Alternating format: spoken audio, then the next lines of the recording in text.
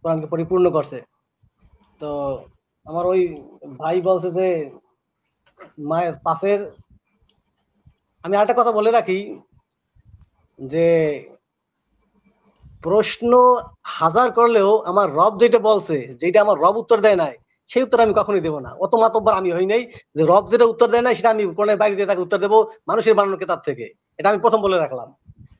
আর আল্লাহ বলছে কি সূরা 3 নম্বর সূরার 7 নম্বর আয়াত, 3-7, হুয়াল্লাযী আনজালা আলাইকাল কিতাবা মিনহু আয়াতুম মুহকামাতুন হুন্না উম্মাল কিতাবি ওয়া উখারা মুতাশাবিহাত। তিনি তোমার প্রতি কিতাব অবতীর্ণ করিয়াছেন, কিতাব অবতীর্ণ করিয়াছেন যাহার কিছু আয়াত মুহকামা মানে করণীয়, মূল কিতাবের মূল, যেটা যেটা আমাদের আদেশ নিষেধ। আর কিছু আছে মুতাশাবিহা, যার অর্থ আল্লাহ আমাদেরকে বলে নাই।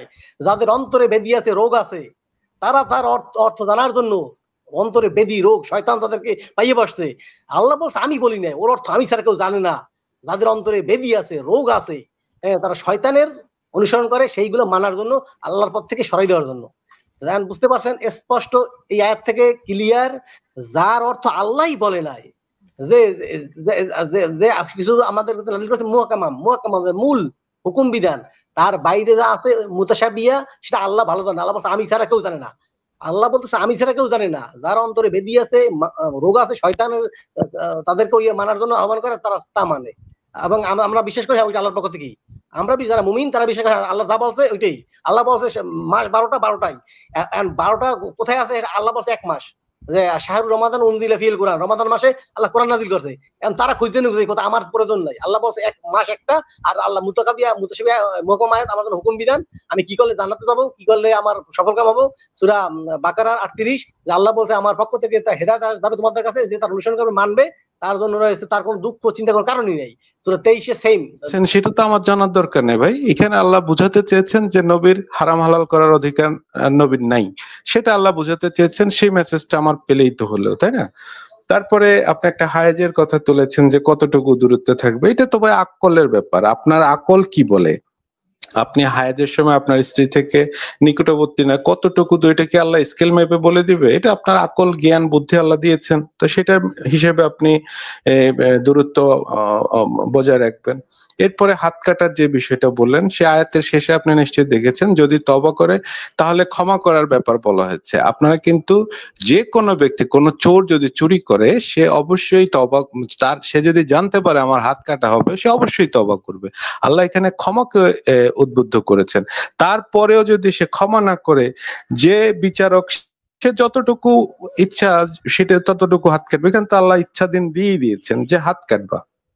এখন যে বিচারক বা যে উলিল আমর থাকবেন, তিনি যতটুকু ইচ্ছা করেন কাটবেন। আমাদের তো সালামুন আলাহ মুসার কওমের মতো এত প্রশ্নের মধ্যে যাওয়ার দরকার নেই, তাই না? যে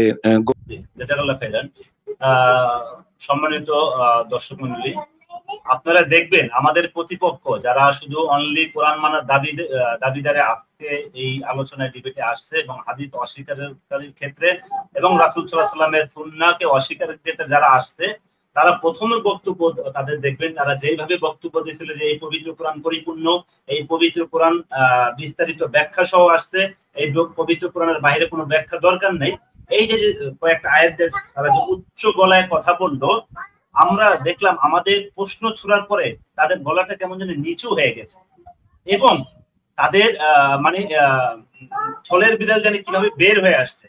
কেন বের হয়ে আসছে দেখেন, তারা স্পষ্ট ভাবে বললো এই কোরআনের ব্যাখ্যা আল্লাহ সুবহানাহু ওয়া তাআলা করে দিয়েছে এবং এই স্পষ্ট ব্যাখ্যা সহ কোনো ব্যাখ্যা লাগবে না। যখন আমরা বলছি পবিত্র কোরআনের এই আয়াতের কি ব্যাখ্যা হবে, এই আয়াতের কি ব্যাখ্যা হবে, এখন সেটাকে সূরা আলে ইমরানের 7 নম্বর আয়াতে বলতেছে এইগুলো মুতাশাবিহা। আর মুতাশাবিহা আয়াত কোনগুলো?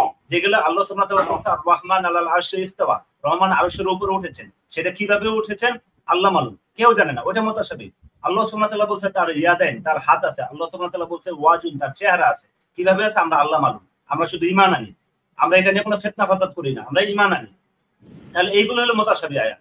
আর যেখানে আল্লাহ সুবহানাহু ওয়া তাআলা নির্দেশ দিতে বিধানের ক্ষেত্রে যে চুরি করলে হাত কেটে দিতে হবে, কতটুকু হাত কাটবে আমাদের প্রতিপক্ষ কেউ উত্তর দিতে পারে নাই। তারা আমাদের প্রত্যেকটা প্রশ্নকে এড়িয়ে গেছে, আর যেগুলোতে টাচ করতে সেগুলোর কোনো ব্যাখ্যা বা দেয় নাই। তারা দাবি করতেছে পবিত্র কোরআনের এই বিস্তারিত ব্যাখ্যা, আবার তারাই এই আয়াতটাকে অস্বীকার করতেছে, তারাই কোরআনের প্রতি সন্দেহ করতেছে। কেন? আর তারা বলতেছে আল্লাহতে মানে কোন 4 মাস যুদ্ধের ক্ষেত্রে আমাদের বিরত থাকতে হতো, এটা জানার আমাদের দরকার কি? নাউজুবিল্লাহি মিন যালিক। মানে পবিত্র কোরআন আমাদের কি বলতেছে আমাদের জানার দরকার নেই, তাহলে জানবে কি ভাই? আপনি হাদিস অস্বীকার করে আপনি ব্যর্থ কোরআনের আয়াত বুঝতে, আমরা তো ব্যর্থ না। আমরা তো এটা ব্যাখ্যা রাসূল সাল্লাল্লাহু আলাইহি ওয়াসাল্লাম থেকে নিচ্ছি। রাসূল যা তোমাদের দেয় তা গ্রহণ করো। রাসূল সাল্লাল্লাহু আলাইহি ওয়াসাল্লাম ওহী ব্যতীত কিছুই বলে না। আলহামদুলিল্লাহ, আমরা তো এই যে কোরআনের বাইরেও যে হাদিস এবং রাসূল সাল্লাল্লাহু আলাইহি ওয়াসাল্লাম তার স্ত্রীকে বলছে, আরেকজন আমাদের সাজ্জাদ ভাই বলল যে তার স্ত্রীর সাথে কথা হয়েছে, আল্লাহ সুবহানাহু ওয়া তাআলা এটা বলছে। আল্লাহ সুবহানাহু ওয়া তাআলা বলছে কি বলছে এখানে? আমাদের ভাই একটা মানুষের তো একটু নলেজ থাকা উচিত, আপনাদের যারা হাদিস অস্বীকার করেন। আল্লাহ সুবহানাহু ওয়া তাআলা এখানে হুকুম দিছে যে আপনার স্ত্রীকে আপনি যেটা বলছেন সেটা কি, সে বলে দিছে অন্যকে। তো কথাটা কি? কথাটা কি এখানে যে একটা বিধান মানে প্রকাশ হইলো, সেটা কথাটা কি? সেটা তো হাদিসে আছে, হাদিসে মজুদ আছে। এবং সূরা তাওবার 5 নম্বর আয়াত, যে যুদ্ধবিরতি বা সূরা আরাব সূরা নাহল 36 নম্বর আয়াতে, সম্ভবত না সূরা তাওবার 36 নম্বর আয়াতে, যেখানে আল্লাহ সুবহানাহু ওয়া তাআলা বলতেছেন যে আল্লাহর কাছে মাস গণনার 12 মাস যা এই কিতাবে আছে, তা 12 মাসে এই কিতাবে নাই। কিন্তু আল্লাহ কি মিথ্যা বলতেছে? নাউজুবিল্লাহি মিন যালিক। আমরা হাদিসে পাচ্ছি সেই ব্যাখ্যাটা, বুখারী শরীফের আমরা 2960 নম্বর হাদিসে পাচ্ছি যে নিষিদ্ধ কোনটা 4 মাস। তো যেখানে আমরা মুসলিম, আমরা এই পবিত্র কোরআনের ব্যাখ্যা রাসূল সাল্লাল্লাহু আলাইহি ওয়াসাল্লাম থেকে নিচ্ছি, তাতে আমরা দেখতেছি কি হাদিস অস্বীকারীদের শরীর জ্বলতেছে, তাদের মানে এই পবিত্র কোরআনের ব্যাখ্যা তারা নিতে করবে, রাসূলকে করতে দিবেন। আর সে আরেকটা কথা বলছে, সেটা হচ্ছে আপনার 12টা সময় 12:49 আমাদের জামিল ভাই বলছে যে কোরআনের নাকি ব্যাখ্যা করা লাগবে না।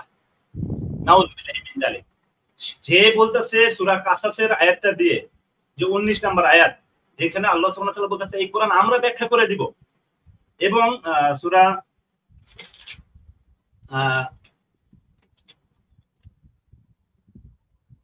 নাহলের 44 নম্বর আয়াত, যেখানে আল্লাহ সুবহানাহু ওয়া তাআলা বলতেছে আমি আপনার প্রতি জিকির নাজিল করেছি যাতে করে আপনি তা মানুষকে স্পষ্টভাবে ব্যাখ্যা করে দিতে পারেন, স্পষ্টভাবে ব্যাখ্যা করে দিতে পারেন বা বর্ণনা করতে পারেন। তো এইটা মানে লাগবে না, স্পষ্টকে তারা শুধু ব্যাখ্যাকে এটা নিচ্ছে। তো উপরের আয়াতটা সূরা কিসাসের আয়াতটা কি করবে? এখানে ব্যাখ্যা হবে না, ব্যাখ্যা কি বর্ণনার বাইরে হয় নাকি?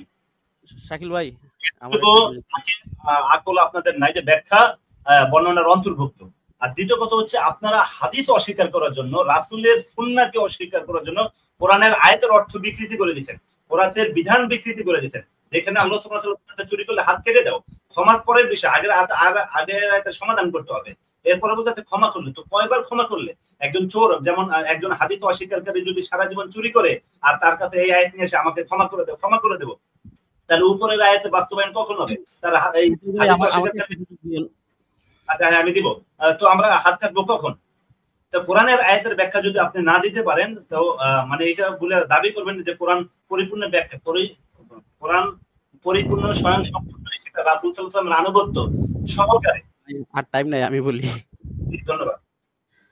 জি, অনেক অনেক ধন্যবাদ আমাদের বিজ্ঞ প্রতিপক্ষ জামিল ভাই এবং সাজ্জাদ ভাইকে আমাদের সেই ছোট্টবেলার জিনিস মনে করাই দেওয়ার জন্য। আমরা যখন স্কুলে পড়তাম তখন আমরা দেখতাম যে যেমন খুশি তেমন সাজো একটা অনুষ্ঠান হইতো।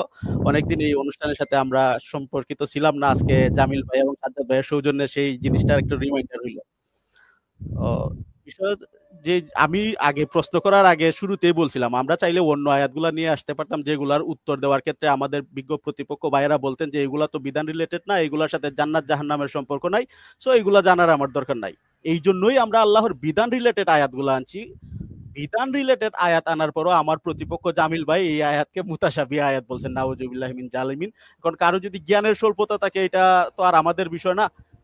তো এটা তুমি কিভাবে আপনার সাথে একটা যুক্ত করতে চাই, এই বিধানের আয়াত যারা মানে মুহকাম আয়াত যারা মুতাশাবিহ বলবে তারাও কাফের, কারণ তারাও রাসূল আল্লাহ সুবহানাহু ওয়া তাআলার কোরআনের অপব্যাখ্যা করছে, তারাও কাফের। তো হাদিস অস্বীকারীরা যারা কোরআনের আয়াত এইগুলোর অর্থ বিকৃতি করছে, টাইম নাই, আমি শেষ করে ফেলি শাকিল ভাই, আমি শেষ করে ফেলি। তো তো বিধানের আয়াত সুস্পষ্ট বিধান, আল্লাহ অর্ডার দিতেছেন, এই আয়াত মুতাশাবিহা হওয়ার কোনো চান্সই নাই। এটা আমাদের জামিল ভাই কোন জ্ঞানের কোন হিকমার মাধ্যমে বললেন মুতাশাবিহা আয়াত, এটা দর্শকের কাছে আমার প্রশ্ন। তারপর উনি বললেন যে 242 নং রেফারেন্স দিয়ে বললেন সুস্পষ্ট আয়াতের বর্ণনা, কোন ডিজিগ্রি নাই, 100% এগ্রি করি। 2-147 বলছেন সত্য রবের পক্ষ থেকে আসছে, কোন ডিজিগ্রি নাই। জামিল ভাইয়ের আয়াত রেফারেন্স গুলো আমার খুব ভালো লাগে, উনি রেফারেন্সের জন্য বিখ্যাত। আমার প্রতিপক্ষ ভাইয়েরা এক লাইন কথা বললে 5 লাইন রেফারেন্স দেন, কিন্তু রেফারেন্স দিতে দিতে এমন একটা পর্যায়ে চলে গেছেন 18 নম্বর সূরার রেফারেন্স দিয়েছেন 129 নাম্বার, অথচ ওই সূরা আয়াত আছে 110টা। এখন দর্শকরা বুঝবেন তারা কেমন রেফারেন্স দেন। তারপর জামিল ভাই আরেকটা 17 নং সূরার 36 নং আয়াতের রেফারেন্স দিয়ে বললেন যে যা জানো না তার অনুসরণ করো না। এইটা দিয়ে উনি নিজের বাছাই নিলেন যে আল্লাহ যেহেতু বললেন না আমি জানি না, আমার এটা জানার দরকার নাই। অথচ অন্য জায়গায় আল্লাহ বলছেন যে যারা জানে তাদের থেকে জেনে নাও। তো আমার প্রতিপক্ষ জামিল ভাই কি ওই আয়াতটা পড়েন নাই? এখন যে জানে তার কাছ থেকে উনি জানবেন না, উনি উনার প্রবৃত্তিকে অনুসরণ করে, উনার প্রবৃত্তি বলছে যে এটা জানা লাগবে না, উনি প্রবৃত্তিকে নিজের ইলাহ বানায় নিছে। ফাসালু আহলুল যিকরি ইন কুনতুম লা তা'লামুন, যদি তোমরা না জানো জ্ঞানীদেরকে জিজ্ঞেস করো, সূরা নাহলে 43 নম্বর আয়াত। এই আয়াতটাও আমাদের জামিল ভাই তার আলোচনার মাধ্যমে অস্বীকারের শামিলের অন্তর্ভুক্ত। তারপর যে 25 নাম্বার সূরার 30 নাম্বার আয়াতে জামিল ভাই একটা পয়েন্ট মেক করছেন, এক সেকেন্ড আয়াতটা ভুলে গেছি। হ্যাঁ, যে 25 নাম্বার, আচ্ছা এই পয়েন্ট আবার দিয়ে দিই। তো দর্শকদের উদ্দেশ্যে আমি বলি যে আমরা যে মেইন 5টা প্রশ্ন করছি, 6টা প্রশ্ন করছিলাম, আজকে আমাদের প্রতিপক্ষ ভাইদের কাছে সুযোগ ছিল এই 6টা সিম্পল প্রশ্নের উত্তর দিলে দর্শকরা ক্লিয়ার হয়ে যেত যে আল্লাহর বিধান মানার জন্য কোরআনের বাহিরে যাওয়ার দরকারই নাই। তারা ঘুরে ফিরে প্রথম সেগমেন্টে যে রেফারেন্সগুলো দিয়ে কথা বলছেন, দ্বিতীয় সেগমেন্টে একই রেফারেন্স তারা ইউজ করতেছেন যে সুস্পষ্ট কিতাব, সুস্পষ্ট কিতাব। এটা কি আমরা কি অস্বীকার করছি? হ্যাঁ সুস্পষ্ট কিতাব। তাহলে আমাদের এই 6টা প্রশ্নের উত্তর দিয়ে দেন। তারা একটা প্রশ্নের উত্তর দিতে পারে নাই। এই একজন তো মুতাশাবিহা বানাই দিয়েছেন, আর একজন বলেন কমন সেন্স। কেন কমন সেন্স কাটাবো? কোরআন না বিস্তারিত ব্যাখ্যাকৃত? কোরআনে কোথাও বলা আছে যে আপনারা কমন সেন্স কাটাইয়া উত্তর দেন? এরকম কথা তো কোথাও বলা নাই। কোরআনে বলা আছে যে রাসূল আমাদেরকে বিধানগুলো শিখাই দিবেন। বিধান কি নিজের কমন সেন্স দিয়ে বিধান নিব? কোরআন কি আমার কাছে নাজিল হয়েছে যে আমি আমার বিবেক দিয়ে, আমার হিকমা দিয়ে আমি কোরআন বুঝে নিব?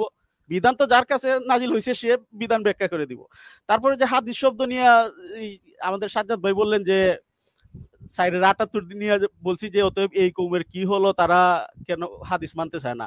এখানে আল্লাহর কথা বা রাসূলের কথা ফেক না, ফেকটা হচ্ছে আপনাদের কৌশল। আপনারা যে কৌশল দিয়ে সাধারণ ধর্মপ্রাণ মানুষদেরকে গুমরাহি করতেছেন, এই জিনিসটা ধরার হচ্ছে এই টেকনিকটা। আপনারা আগের আয়াতগুলা দিয়ে বলেন অতএব আল্লাহর আয়াতের পরে তারা আর কোন হাদিসে বিশ্বাস করবে? সব শব্দ আপনি ওরা অনুবাদ করেন, কিন্তু হাদিস শব্দটা অনুবাদ করেন না। এই জন্য এটার জবাব হিসাবে আমরা বলছি যদি এইটারে সব শব্দের আরবি সব শব্দের যদি বাংলা অনুবাদ করেন তাহলে হাদিস শব্দের কেন অনুবাদ করেন না? এইটার জন্য বলছি। তাহলে